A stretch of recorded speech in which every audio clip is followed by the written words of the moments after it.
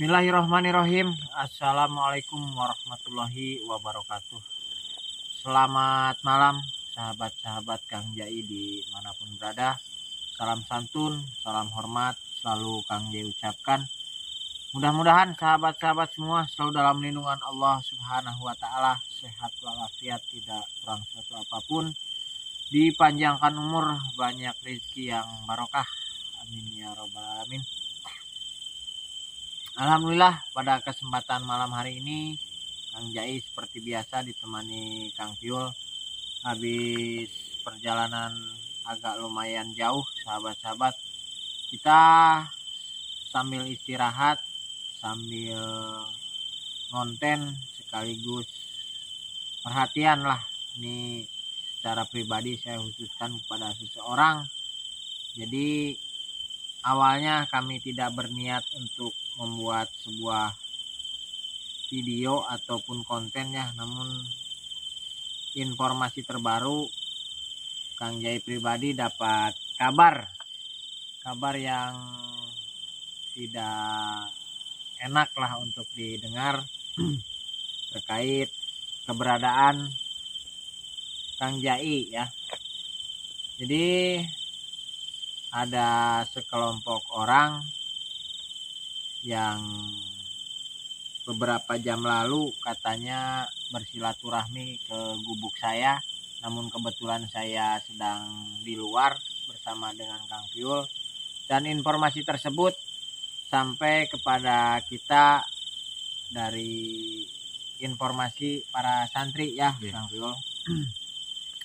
Jadi kronologisnya sekelompok orang tersebut secara pribadi di sini saya sampaikan, yang pertama saya minta maaf belum bisa bertemu. Bukan berarti saya tidak menemui mereka karena saya menghindar atau takut, tidak ya. Karena memang tidak ada kabar dari awal gitu ya sahabat-sahabat, ini perlu diketahui.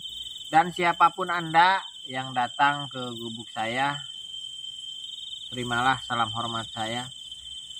Pada intinya sekelompok orang tersebut meminta saya Kang Jai untuk beberapa hal yang di luar nalar dan di luar logika saya secara pribadi gitu ya. Yang pertama, untuk menghentikan kegiatan di gubuk atau di pondok ya.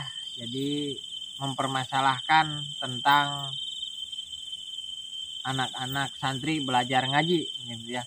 Jadi bahwa tuntutan orang tersebut menganggap saya pribadi itu tidak layak dalam artian memberi pelajaran kepada santri-santri, karena mereka berpendapat bahwa Kang Jai bukanlah seorang ustadz, bukanlah kiai, dengan berbagai macam alasan. Yang pertama, katanya dari segi penampilan saya tidak mencerminkan seorang ulama atau seorang kiai, seperti itu ya Kang Piul. Yang kedua, bahwa sanad keilmuan saya tidak cukup mumpuni untuk memberikan pelajaran ngaji kepada santri-santri saya, dan itu tidak jelas katanya. Dan yang ketiga, mempermasalahkan terkait konten ya. Jadi daripada sering berada di pondok, saya katanya sering di luar, akhirnya anak-anak santri terlantar begitu ya. Dan konten saya pun dipermasalahkan ya sahabat-sahabat. Jadi ada beberapa orang tersebut mengklaim bahwa konten yang saya suguhkan dengan Kang Piul secara bersama-sama itu tidak mencerminkan konten yang baik katanya ya. Jadi mungkin dianggap menyesatkan banyak orang. Padahal Masya Allah saya tidak punya maksud seperti itu. Namun itu akan saya jawab satu persatu di sini sebelum kita berjumpa bertatap muka dengan saya. Mungkin bisa besok hari kita bisa bertemu ya, Kang Piul. Yang pertama, terkait saya tidak mencerminkan seorang kiai ataupun seorang ulama, ustadz dan sebagainya gitu ya. Memang benar diakui secara pribadi, saya dari awal pertama kita bikin konten dulu ya Kang Piul, saya tidak pernah menyebutkan bahwa saya seorang kiai, saya seorang ustadz, apalagi ulama. Tidak, saya tidak pernah menyebutkan hal itu. Tidak pernah menamai diri saya seorang kiai. Saya sadar diri. Dan silahkan dicek di semua konten saya, apakah ada satu konten pun yang di situ menyatakan atau mengakui bahwa saya adalah seorang kiai ya. Itu nggak ada satupun ya Kang Piul. Ini saksinya Kang Piul yang sudah ikut dengan saya bertahun-tahun ya sahabat-sahabat. Dan terkait penampilan itu buat saya pribadi itu hak mutlak saya ya Kang Piul. Mau orang itu menganggap saya seperti apa silahkan. Yang penting saya dalam batas-batas kewajaran. Dalam setiap konten saya berusaha untuk tidak membuka aurat saya kecuali terpaksa, mungkin seperti itu. Dan kalau menurut saya wajar-wajar saja ya. Saya masih pakai baju walaupun hanya kaos seadanya, pakai celana. Bahkan kalau perjalanan jauh saya pakai sepatu juga Kang Piul. Punya saya sepatu jelek-jelek mah gitu ya.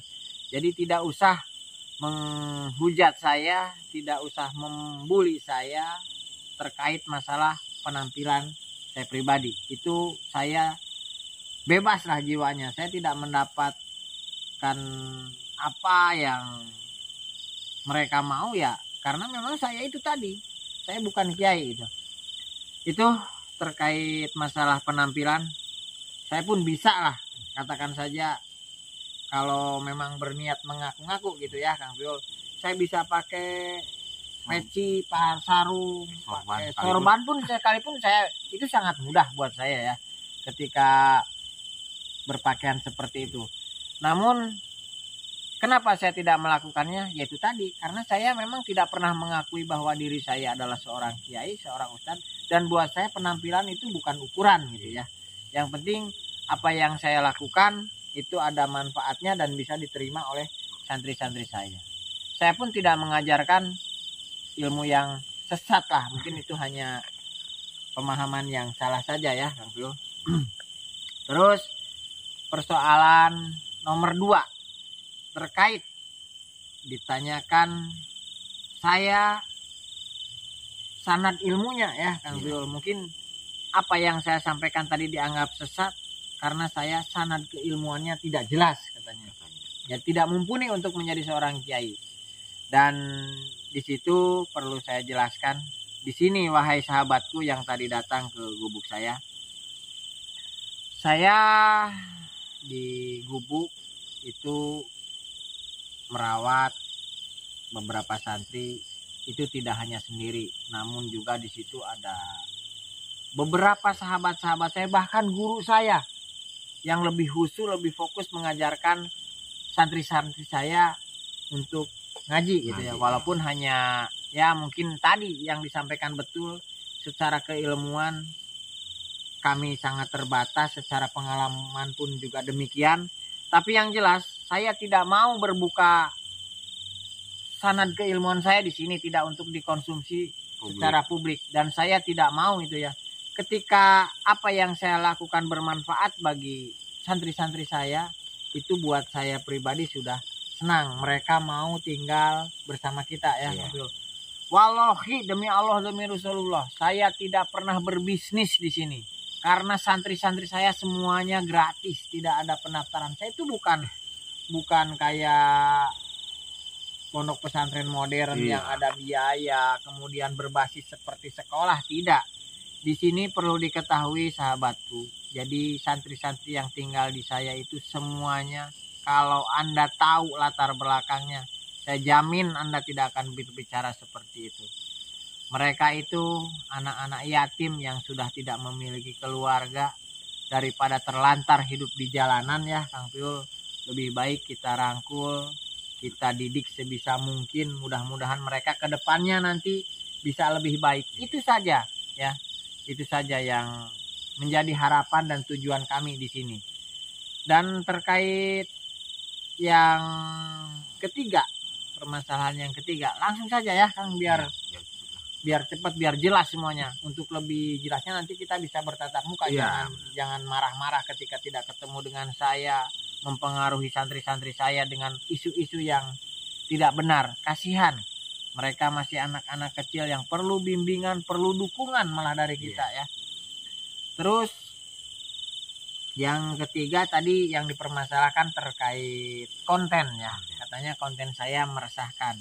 Bisa dicek lah itu. Saya tidak mau mengakui diri saya benar, mengakui diri saya paling apa, tidak di sini. Cuman sahabat yang tadi datang ke gubuk saya, silahkan dicek.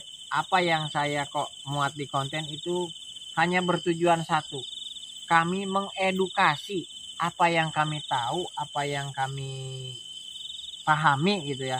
Kalau memang tidak sepaham ya mohon maaf, karena kami di sini sudah sampaikan dari awal itu karena kami keterbatasan ilmu, keterbatasan pengetahuan, dan kami hanya orang kampung yang tidak makan bangku sekolah tinggi lah seperti Anda-Anda yang terhormat yang datang ke gubuk saya. Mungkin seperti itu ya Kang Piul, bisa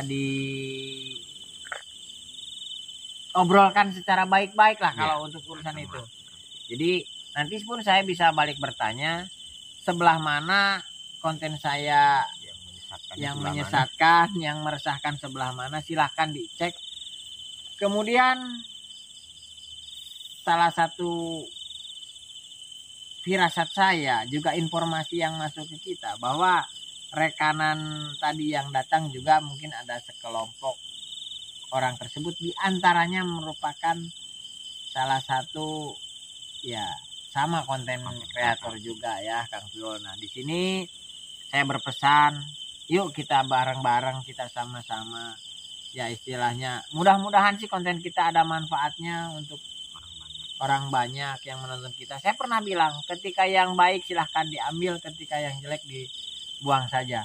Seperti itu ya. Dan tunggulah kami sampai ke gubuk, nanti kita bisa ngopi bareng ya, Kang Piul, ngopi ya.